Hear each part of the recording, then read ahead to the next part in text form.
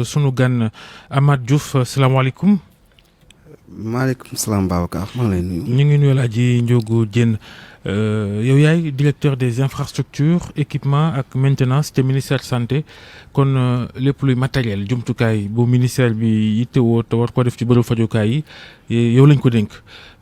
dalaloon nañ fi keroog Cheikh Seck syndicat ci wàllu wér-gu-yaram mu wax melokaan wu doy waar bi l'hôpitalu Sénégal yi mel jamono ji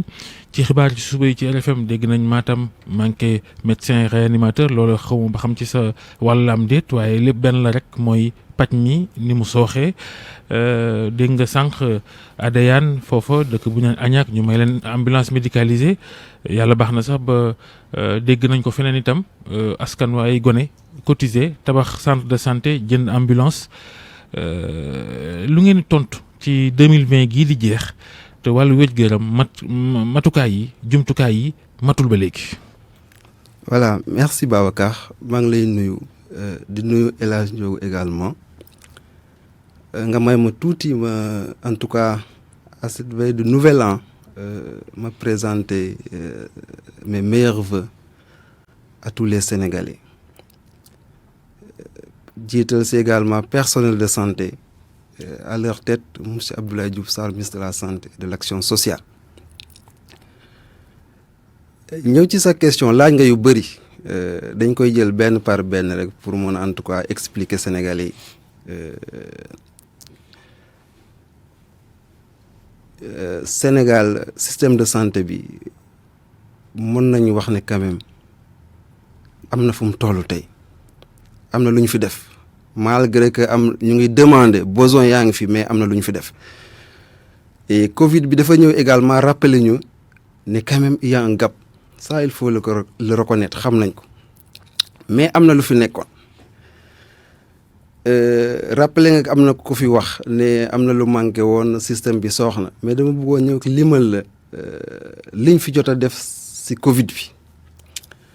liñ fi jot a def ba am résultat yi ñu am tey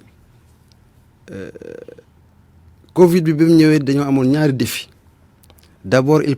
fallait que ñu jël en charge maladie pour les besoins immédiats. Deuxième défi bi également ñu relever le plateau technique gap boobu ñu waxoon je le rappelle souvent bi ñuy commencé Covid bi 12 lal lañ fi amoon mu bett ñëpp. équipement yi également mu bett ñëpp mais rapidement système bi dafa réajusté en comptant ci existant bi 12 lal nga amoon à l'espace de 4 mois on était à 52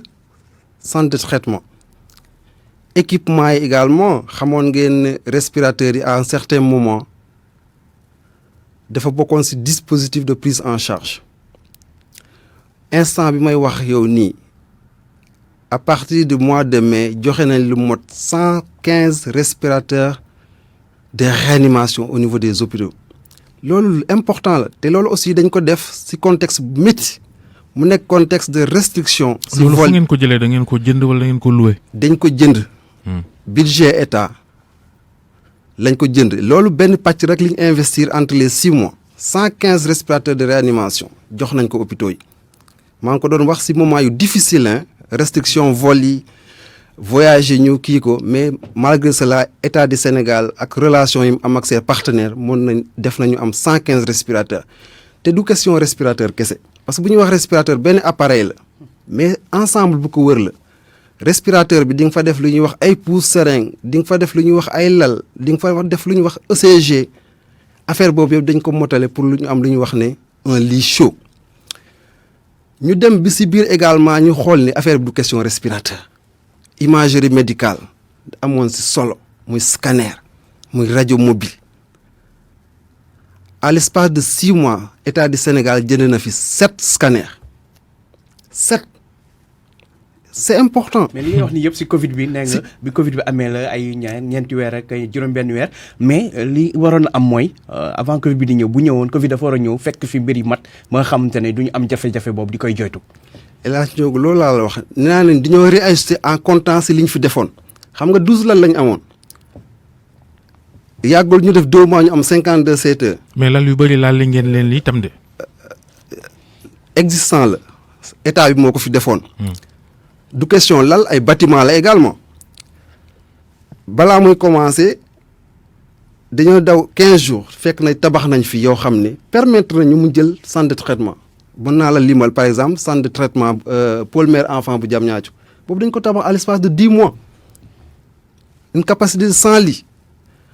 Dalal Jàmm bi nga xam ne moo nekkoon centre bu gën a rëy fekk na ñu ngi koy phase de finalisation mu jox ñu une capacité de 200 lits région yi centre de dialyse yoo xam ne dañ ko tabaxoon yooyu ñu utiliser ko donc am na lu fi nekkoon équipement yi aussi demoo jëm jënd dañoo amoon équipement donc dañoo compter ci existant bi li ñu fi amoon d'abord wax naa la léegi ne scanner yi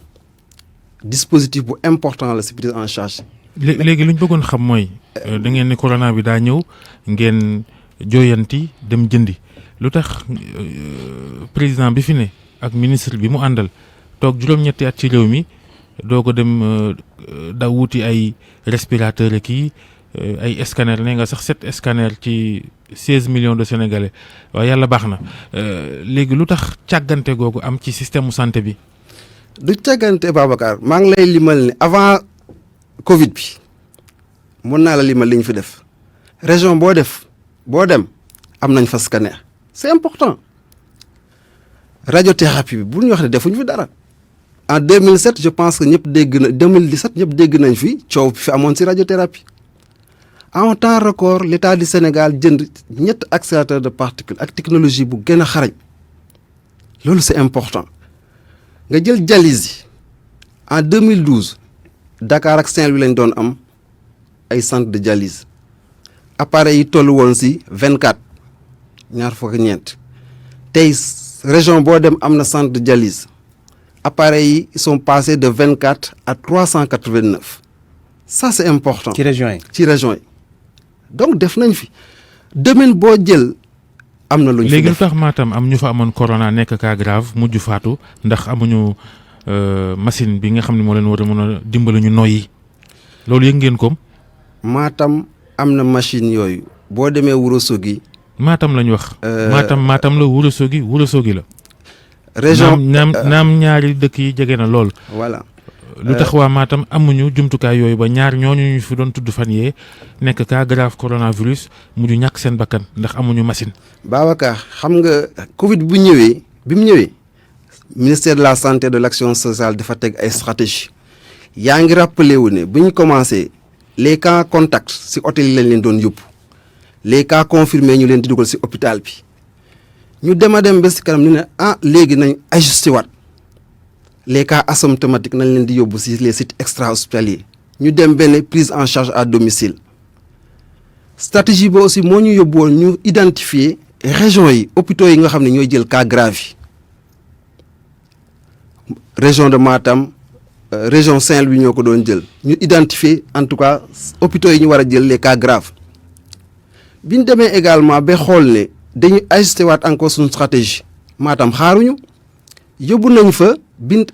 ça fait une semaine dialyse mobile pour jël malade yooyu nga xam ne bu ñu amee Covid dañ leen war a dialyser oxygène bi nga xam ne mooy le médicament le plus utilisé ci Covid bi dañoo dem renforcer seen centrale d'oxygène. mais respirateur yi lañ wax. falaa jëm stratégie bi dama lay rappeler les stratégies bi ñu tegoon prise en charge ci hôtel yi prise en charge ci hôpitaux yi définir les hôpitaux yoo xam ne ñoo war a jël les cas graves. Après ñu ngi évoluer si lañ nekk en tout cas di mettre le dispositif à Matam yóbbu nañ fa ay respirateur boo demee Ourossogui tey respirateur la parce que boo jëlee Matam ak Ourossogui moo war a nekk le CTE centre de traitement bi mu ngi Matam mais centre de prise en charge des cas graves Ourossogui lañ koy def yóbbu nañ fa respirateurs yi yóbbu nañ fa générateur de dialyse mobile bi renforcer nañ seen centrale d'oxygène pour mu am 3 lignes pour mën a jël malade yooyu nga xam ne dañuy consommer. mais lan moo xew kon ci ñaar ñooñu ca Matam ñàkk seen bakkan ci nekk cas grave te jëlu leen en charge. loolu ministère mosu ci indi leeral. non yooyu ñàkk bakkan moom ay contexte yu bëri ay paramètres yu bëri yu koy waxal peut-être mën nañ ko bañ a lier uniquement si manque de respirateur même Dakar bi am respirateur wala ren région ñu ngi am ay décès mais li am solo mooy évolution stratégie bi ñuy def en place te bientôt centre pour la prise en charge des cas graves de mais Ourossogui. c'était bu Matam pourquoi amul matériel yëpp ba nga xamante ne prise en charge cas grave yi wala ñu leen di yóbbu Ourossogui ñu mën leen taxawu foofu noonu ci diwaanu Matam wala ñu leen di gàddu di yóbbu Ourossogui. Non dinaa la stratégie ministère de la santé ministère de la santé aussi mooy définir ay stratégie am wax naa la defuñu pépp des sites de prise en charge des cas graves dañoo définir ne site bi moo gën a adéquat moo gën a approprié en tout cas pour ñu def centre pour la prise en charge des cas parce que foo graves. taxawee c'était war nga mën a sóoraale ne cas grave dina am te dañuy soxla ñu leen taxawu assistance respiratoire ñu taxawu leen. Justement mais on s'est organisé stratégie boobu lañ jël Ourossogui ak Matam c'est distant de 10 kilomètres c'est à Ourossogui la ñuy def dispositif yi respirateur yi tout jumtukaay yi nga xam ne en tout cas dina mën a jël cas grave et wax naa la ne. mais manqué yi ci bërëbu fajukaay yi du rek wàllu coronavirus geeg respirateur ak dialyse ak ñoom seen yi gën a sew gën a ñàkk solo sax dafa manqué ci bërëbu fajukaay yi ci Sénégal chaque jour ñu dégg ko askan wi di ko jàmbat léeg-léeg nga am ambulance doo am essence wala nga am essence doo am chauffeur loola moom kañ ngeen koy saafara. Babacar nee naa la jéeg def nañ lu bëri mais des na loolu d'accord nañ mais boo ma bàyyi woon tuuti ma limal liñ si def lu bëri loolu pour xam ne l'effort bi état bi def le cas des ambulances yooyu ngay wax avant 2012 on n'avait pas plus de 150 ambulances au moment où je vous parle am nañ plus de 500 l'état 500 ambulances yoo xam état bi jënd na ko. jox ko da ngay seet lii rek. non je te dis juróomi téeméeri ambulance. non je te dis c'est un effort même bu ñu yokkoon ñaar am na fu ñu jógee am na fu ñu egg tey ambulance yooyu fuñ ne ndax Pikine nag ñetti mbaar bu gaa yi évacué kalandoo la ñuy jël ana ambulance yi. ambulance yaa ngi ci région yëpp yaa ngi ci poste de santé ñu ngi ci centre de santé ñu ngi ci hôpitaux yi. mais pourquoi kon chaque jour gars yi di joytu ambulance wala évacuation malade yi war a taxaw ñu am problème ndax amuñu ambulance ba nit ñi seen bopp ñooy cotiser di jënd ambulance wala ñu leen di may ambulance. jël kalandoo jël malade bi lem ko ci biir xëy na sax bala moo yegg l'hôpital loo gën a loru. yooyu moom seen perception la lem ko ci biir wala dugal ko ci ay kalandoo en tout cas seen perception la mais l'effort est constant waxal naa la kenn mënu ko weddi des na il faut ñu yokk également ambulance yi amul benn système de santé boo xam ne régler nga sa problème d'un seul jour. jógee nañ moins de 100 ambulances avant 2012 on est à plus de 500 ambulances il y a un programme important également d'acquisition d'autres ambulances loolu dafa nekk ci bu nekkee ci ambulances yi ñu ngi également def beneen jéego ci yeneen domaine wax naa la léegi ne ci. yaa ngi lim rek waaye scanner yi nga doon wax sànq sax waa Kédougou ñu ngi naan ñoom ana seen scanner ñu ngi koy jàmbat ba léegi te nee ngeen yóbbu ngeen ko fépp. mais Kédougou dañ fa yóbbu lu ëpp scanner. au mois de janvier déglu-ma au mois de janvier on est en train de faire un rattrapage Kédougou depuis l'indépendance faisait partie des régions yi amul hôpital c'était la même chose que Sédhiou c'était la même chose que Kaffrine l'État du Sénégal à l'espace de 30 mois a construit 4 hôpitaux et l'hôpital de Kédougou dem la wax ne plus de scanners c'est l'hôpital qui a le plateau le plus relevé. chantier la ba léegi de chantier la. Non l'hôpital démarre ces consultations au mois de janvier. Même chose que Kaffrine au mois de janvier, ils ouvrent leurs portes. C'est du pareil. Je pense que c'est important. Investissement yu mel noonu dañoo amoon habitude di construire ay hôpital ay 10 ans ay 15 ans. Pour la première fois, l'État du Sénégal a construit dans les délais 4 hôpitaux. Également, il faut aussi ñu reconnaître ay jafe-jafe am na ñu ngi corriger ñu ngi def rattrapage mais également il faut que population bi xam ne. mais ministère de la santé l'État du Sénégal déglu na seen besoin mu ngi siy liggéey. ci wàllum jafe-jafe ba léegi fii nga toog Cheikh Seck bi mu ñëwee wax na ne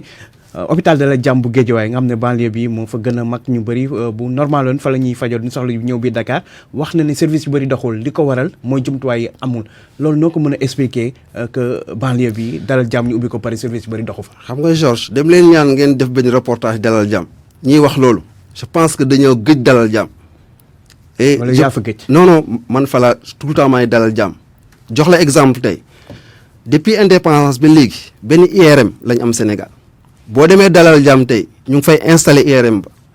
ci wetam ñu ngi fay installer également un scanner je joue sur ces éléments là c'est important tey bloc opératoire bi mu nga opéré tous les services yoo xam ne radiothérapie mu nga Dalal Jàmm consultation yi ñu ngi koy def normalement Dalal Jàmm avant fin d'année dem leen ñaan ngeen dem ngeen def reportage lu ñu def Dalal Jàmm Dalal Jàmm a changé radicalement son visage le plateau technique a été relevé wax naa la IRM ba wax naa la endoscopie bañ fa def wax naa la scanner bañ def wax naa imagerie bañ ko def laboratoire bi boo demee tey Dalal Jàmm def nañ fa équipement laboratoire yoo xam ne en Europe nga ko doon dégg. ah waaw léegi ñu dinañ ko seeti xool ko. dem leen ko ñaan nag dem leen ngeen def reportage. Dalal Jàmm jërëjëf Amath Diouf directeur infrastructure et équipement ci ministère de la santé de l'action sociale waxtu wee ñu dab ñu ngi ciy jégalu di la gërëm ci wuyu si bi gërëm El Hadj Ndiogou Diène gërëm mbokk yëpp El Hadj Assane yegg si na ñu ngi ziar.